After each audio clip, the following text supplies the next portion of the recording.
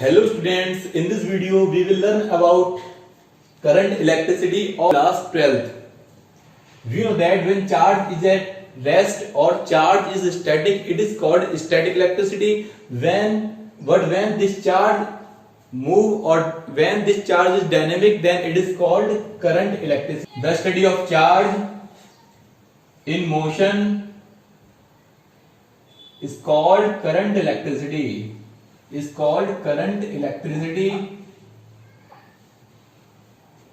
So the definition of current can be, so we will read here about current. The flow of charge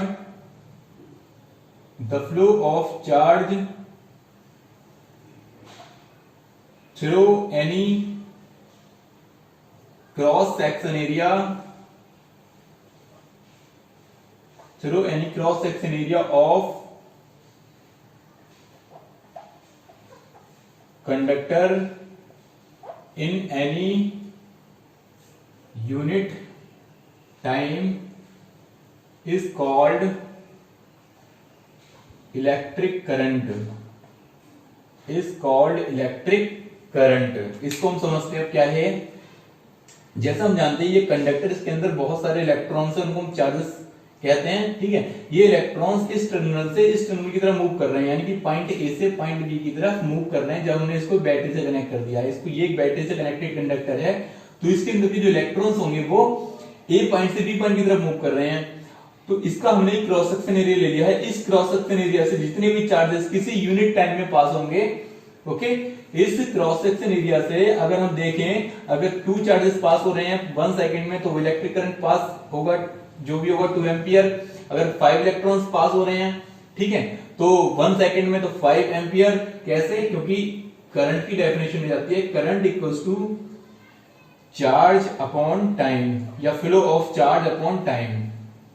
कितना number of charge pass हो रहा है, मैंने बताया था 2 coulomb. कितने सेकंड में? 1 सेकंड में, तो 2/1। ओके, तो 2 एम्पियर करंट हो गया। ऐसे ही अगर 5 कूलम चार्ज पास हो रहा है 1 सेकंड में, तो 5 एम्पियर करंट। तो नंबर ऑफ, जितना ज्यादा नंबर ऑफ चार्जेस होगा उतना ही ज्यादा करंट होगा। तो डिपेंड करता है the number of charges flowing through any cross section area of any conductor in any unit time. So here we denote current with the symbol I and charge Q and time T. Okay, so here we can write the unit of electric current. Here is the unit of electric current. Unit of charges, we know that coulomb. Unit of charge is coulomb and the unit of time is second. So coulomb per second is the unit of electric current and it is also known as ampere. Okay, coulomb per second is the unit of electric current and it is also known as 1 ampere. It is also known as ampere. Now what is the definition of 1 ampere? If we place one here and here and here. Okay, when 1 coulomb charge, how many charge? When 1 coulomb charge flows through any conductor in 1 second, when 1 coulomb charge flows through any cross section area of any conductor in 1 second, then it is called 1 ampere. यानी कि अगर आपका 1 coulomb charge किसी conductor के cross section area से 1 second में पास हो रहा है, तो कितना चार्ज फ्लो, कितना करंट प्रोड्यूस होगा वहां पर? 1 एम्पियर। लेकिन अगर 2 कूलम चार्ज 1 सेकंड में पास हो रहा है तो कितना करंट होगा? 2 एम्पियर। ऐसे अगर हम कहें 5 एम्पियर की डेफिनेशन क्या होगी, तो 5 कूलम चार्ज अगर 1 सेकंड में पास हो रहा है किसी क्रॉस सेक्शन एरिया के किसी कंडक्टर की क्रॉस सेक्शन एरिया से, तो उसका जो वैल्यू होगी कितनी होगी? 5 ampere. Now we will study about Ohm's law. What is Ohm's law? In 10th class we have already studied about Ohm's law. We take any conductor, here is current I is passing through it. If all the physical properties of the conductor like temperature, its density, mass, its nature remains constant, अगर इस conductor की जितनी भी physical properties constant रहती हैं, तो इस conductor के अंदर जो करंट फ्लो होता है वो पोटेंशियल डिफरेंस के डायरेक्टली प्रोपोर्शनल होता है। ये ओम्स लॉ का स्टेटमेंट होता है। इसको हम इस तरह से लिखते हैं कि if physical properties of any conductor remains constant, then current flowing through any conductor is directly proportional to potential difference applied across its ends means current is directly proportional to potential difference.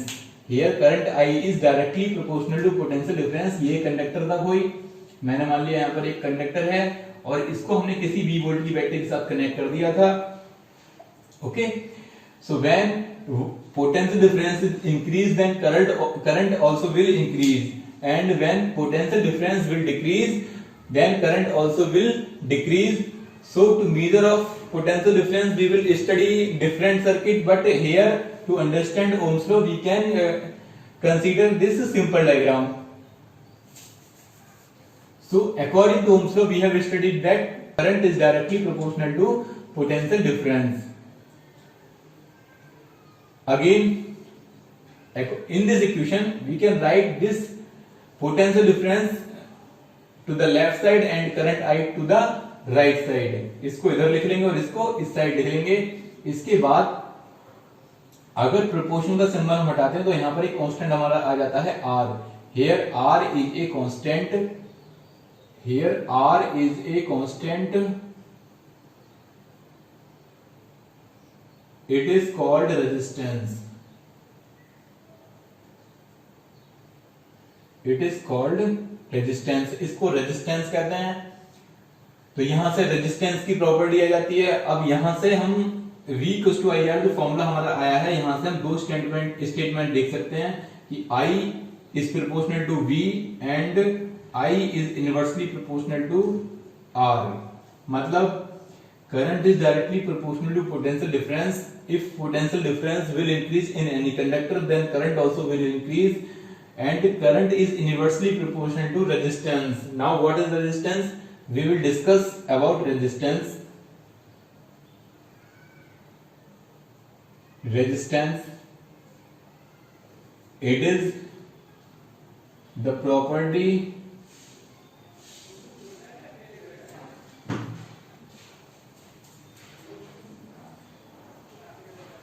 of any conductor due to which it opposes the motion of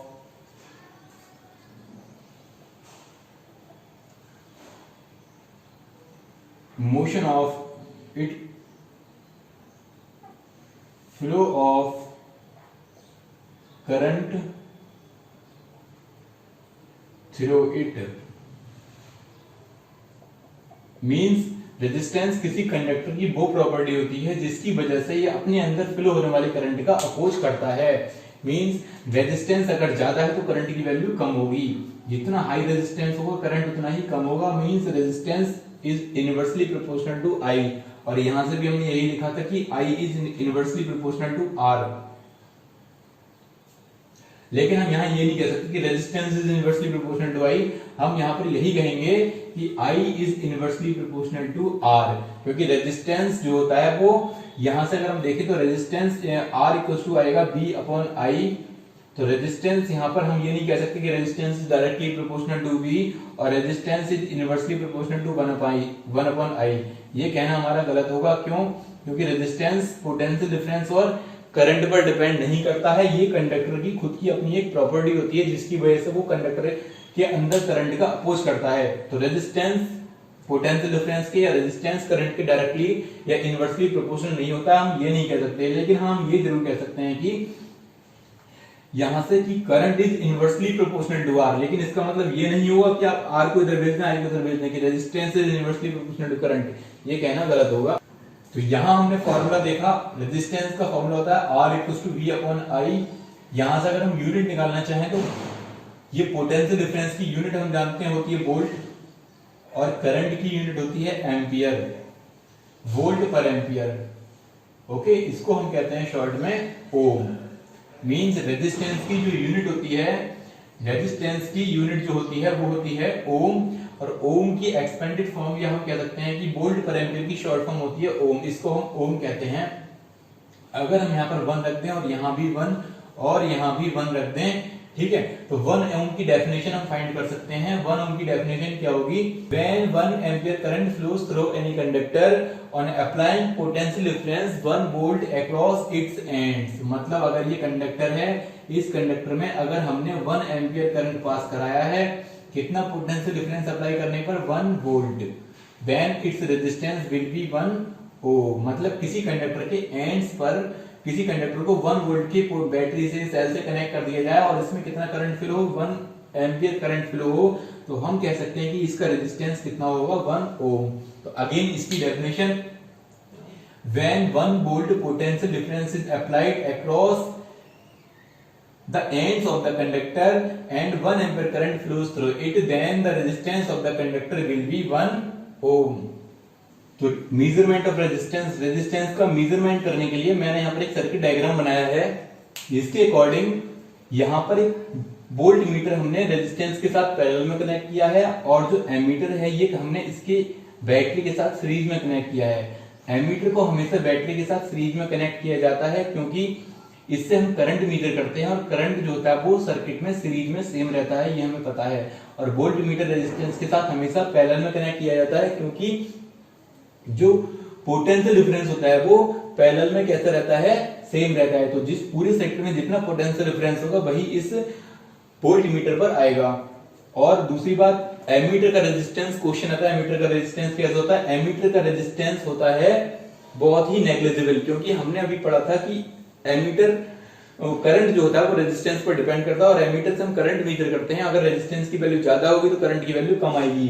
तो ammeter में circuit में current कुछ और होगी, ammeter के अंदर current कुछ और आएगी। तो इसलिए इसका रेजिस्टेंस हाई ना होकर लो होना चाहिए, कम से कम होना चाहिए, ताकि पूरे सर्किट में जो करंट हो वही करंट हमें एमीटर पर मिले। सिमिलरली वोल्ट मीटर का जो रेजिस्टेंस होता है वो बहुत हाई होता है क्योंकि वोल्ट मीटर से हमें करंट मेजर नहीं करना, इससे हमें पोटेंशियल डिफरेंस मेजर करना है। तो इसका रेजिस्टेंस हाई होना चाहिए और हम फॉर्मूले के अकॉर्डिंग देख भी चुके हैं, B directly proportional to I। तो इसलिए वोल्ट मीटर का जो रेजिस्टेंस है वो हाई होना चाहिए। तो इस सर्किट डायग्राम से, ये ओम्स लॉ का सर्किट डायग्राम है, इसमें हम रियोस्टेट वगैरह एक्सपेरिमेंटली अगर वैल्यू फाइंड करते हैं तो इसमें रियोस्टेट वगैरह कनेक्ट करके पूरा वेरीफाई करके देखते हैं। ये आपका प्रैक्टिकल में भी है। इसके बाद आएगा factors affecting the resistance of the conductor. किसी कंडक्टर के रेजिस्टेंस को कौन कौन से फैक्टर अफेक्ट करते हैं? अगर हमने यहाँ पर एक वायर ले लिया, ये अगर एक वायर है, ये कंडक्टर है, इसको हम कंडक्टर कह सकते हैं, है ना, और इसकी लेंथ अगर L है, क्रॉस सेक्शन एरिया जो है अगर इसका A है, तो कंडक्टर का नेचर भी होगा कि किस मेटेरियल का बना हुआ है, इसकी कुछ लेंथ भी होगी, इसका कुछ क्रॉस सेक्शन एरिया भी होगा। ठीक है, तो इसके अकॉर्डिंग हम देखेंगे कि रेजिस्टेंस किस किस पे डिपेंड करता है। तो सबसे पहले हम देखेंगे रेजिस्टेंस जो होता है वो लेंथ के डायरेक्टली प्रोपोर्शनल होता है। रेजिस्टेंस लेंथ पर इस तरह से डिपेंड करता है कि it is directly proportional to the length of the conductor. अगर आपके पास दो कंडक्टर हैं जिनका क्रॉस सेक्शन एरिया सेम है, जैसे कि मैंने यहाँ पर एक वायर ये ले लिया और एक वायर ये ले लिया, दोनों में से लेंथ किसकी ज्यादा है वो हम देख रहे हैं, लेंथ है इस वाले कंडक्टर की ज्यादा, ठीक है, और इस वाले कंडक्टर की लेंथ क्या है, कम। तो यहाँ पर हमने लिखा है कि resistance is directly proportional to length. तो जिसकी लेंथ ज्यादा है मतलब resistance is directly proportional to length. Length अगर ज्यादा होगी तो रेजिस्टेंस ज्यादा होगा। डायरेक्टली प्रोपोर्शनल का मतलब होता है कि अगर एक चीज ज्यादा है तो दूसरी क्वांटिटी भी ज्यादा होगी। तो अगर लेंथ इसकी ज्यादा है तो रेजिस्टेंस भी इसका हाई होगा, और अगर लेंथ इसकी कम है तो रेजिस्टेंस भी इसका कम होगा। तो किसका रेजिस्टेंस कम है, इसका, और रेजिस्टेंस ज्यादा किसका है, इस वाले का। ठीक है, मतलब एक लॉन्ग वायर का रेजिस्टेंस हाई होता है in comparison of short wire. तो अगर क्वेश्चन आ गया कि which wire have the high resistance, a long wire और a short wire, then we will write here a long wire have the high resistance because it's length is large and we know that the resistance depends on the length, that it is directly proportional to the length. Second factor is R is inversely proportional to area. जो resistance होता है वो cross section area के inversely proportional होता है। यहाँ पर हमने क्रॉस सेक्शन एरिया होता है, क्रॉस सेक्शन एरिया होता है जैसे कि हमारे पास ये मार्कर है, इस मार्कर में अगर हम देखें तो ये जो इसका क्रॉस सेक्शन एरिया में दिख रहा है, अगर हम इसको यहाँ से काट दें तो ये जो हमें इसकी सर्कल साइड की दिख रही है ना, ये गोल पूरा ये शेप दिख रही है इसकी, मार्कर यहाँ से, तो ये इसकी वर्टिकल शेप है, ये इसकी हॉरिजॉन्टल जो हम इसको कट करेंगे हॉरिजॉन्टली, ठीक है, वर्टिकल जो कट करेंगे इसको, ये इसकी जो शेप आएगी निकल कर गोल गोल वाली जो हमको दिख रही है यहाँ पर, ठीक है, ये क्या कहलाती है हमारी क्रॉस सेक्शन एरिया। तो वायर को अगर हम साइड से देख लें, कोई पतला वायर भी होता है उसको साइड से हम देखते हैं, तो वो जो उसकी मोटाई जो होती है उसको हम थिकनेस कह सकते हैं, ये इसकी क्या कहलाती है क्रॉस सेक्शन एरिया। तो रेजिस्टेंस क्रॉस सेक्शन एरिया के इनवर्सली प्रोपोर्शनल है, मतलब अगर क्रॉस सेक्शन एरिया ज्यादा होगा तो रेजिस्टेंस कम होगा, और क्रॉस सेक्शन एरिया अगर कम होगा तो रेजिस्टेंस ज्यादा होगा। तो इसको हम इस तरह से देखते हैं, दो वायर ले लेते हैं हम सेम लेंथ के, ये एक वायर ये ले लिया हमने और एक वायर हमने ले लिया ये, ठीक है। दोनों में हम देख रहे हैं कि क्रॉस सेक्शन एरिया जो है हमारे इस वाले वायर का लार्ज है और इस वायर का क्रॉस सेक्शन एरिया क्या है हमारा कम है। This wire have the high cross section area, large cross section area and this have the low cross section area, then we know that cross section area is large and resistance is low. तो यहाँ पर जिसका cross section area ज्यादा है resistance उसका कम होगा, और जिसका क्रॉस सेक्शन एरिया कम है उसका रेजिस्टेंस होगा हाई। तो यहाँ पर हमने देखा कि ये हमारा एक थिन वायर था और ये एक थिक वायर था, तो थिक और थिन दोनों वायर में से किसका रेजिस्टेंस हाई है। तो यहाँ पर हमने देखा कि ए thick wire have the low resistance and a thin wire have the high resistance of same length. अगर हमारे पास दो सेम लेंथ के वायर हैं तो एक थिक वायर का रेजिस्टेंस कम होगा और थिन वायर का रेजिस्टेंस ज्यादा होगा। नेक्स्ट टॉपिक है नेचर ऑफ मटेरियल। हमारे पास तीन टाइप के मटेरियल होते हैं, कंडक्टर, इंसुलेटर एंड रेजिस्टर ले लेते हैं। वैसे सेमीकंडक्टर भी होता है लेकिन हम यहाँ पर डिस्कस करेंगे रेजिस्टर पर। कंडक्टर हम जानते हैं कि कंडक्टर जो होता है वो बेस्ट करंट को फ्लो कराने की बेस्ट एक मतलब मटेरियल होता है जिसके अंदर करंट सबसे हाई लार्ज वैल्यू में फ्लो हो सकता है, क्योंकि उसके अंदर फ्री इलेक्ट्रॉन्स की वैल्यू सबसे ज्यादा होती है, फ्री इलेक्ट्रॉन्स की क्वांटिटी उसके अंदर सबसे ज्यादा होती है। तो कंडक्टर सबसे बेस्ट मटेरियल्स होते हैं जिनके अंदर करंट सबसे ज्यादा फ्लो होगा। अब करंट की वैल्यू लार्ज कब होगी, जब रेजिस्टेंस कम होता है। तो यानी कि एक बेस्ट कंडक्टर जो होता है या जो कंडक्टर होता है उसका रेजिस्टेंस कम से कम होना चाहिए, क्योंकि कम से कम ही होता है इसका, क्योंकि इसका रेजिस्टेंस कम होने की वजह से इसके अंदर लार्ज करंट फ्लो होता है, इसके अंदर करंट की वैल्यू लार्ज रहती है। जबकि इंसुलेटर के अंदर क्या होता है, इंसुलेटर के अंदर कोई भी फ्री इलेक्ट्रॉन नहीं होता, कोई भी फ्री इलेक्ट्रॉन नहीं होता। तो इसके अंदर फ्री इलेक्ट्रॉन जब नहीं होता तो हम जानते हैं कंडक्टर के अंदर फ्री इलेक्ट्रॉन की वजह से करंट फ्लो होता है, लेकिन फ्री इलेक्ट्रॉन ही नहीं है इसके अंदर।